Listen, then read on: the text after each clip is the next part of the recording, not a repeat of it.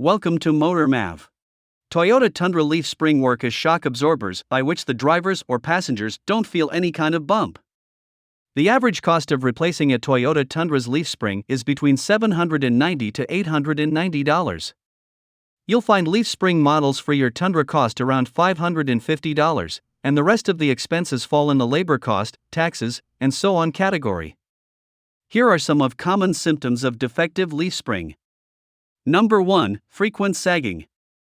If you feel that your Tundra doesn't have an even distribution of weight throughout the car, then it's sagging, which is the prime symptom for replacing leaf spring.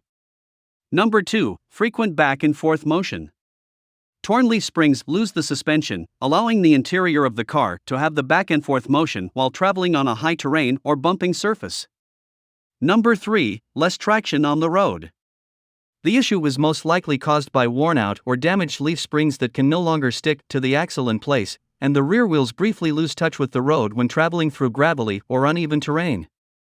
Number 4. Bad tire condition. If you have a faulty leaf spring, the whole weight falls on the tires and the tires will be worn out quickly. That's all for today. Thanks for watching. Please like and share this video. See you soon. Till then, goodbye.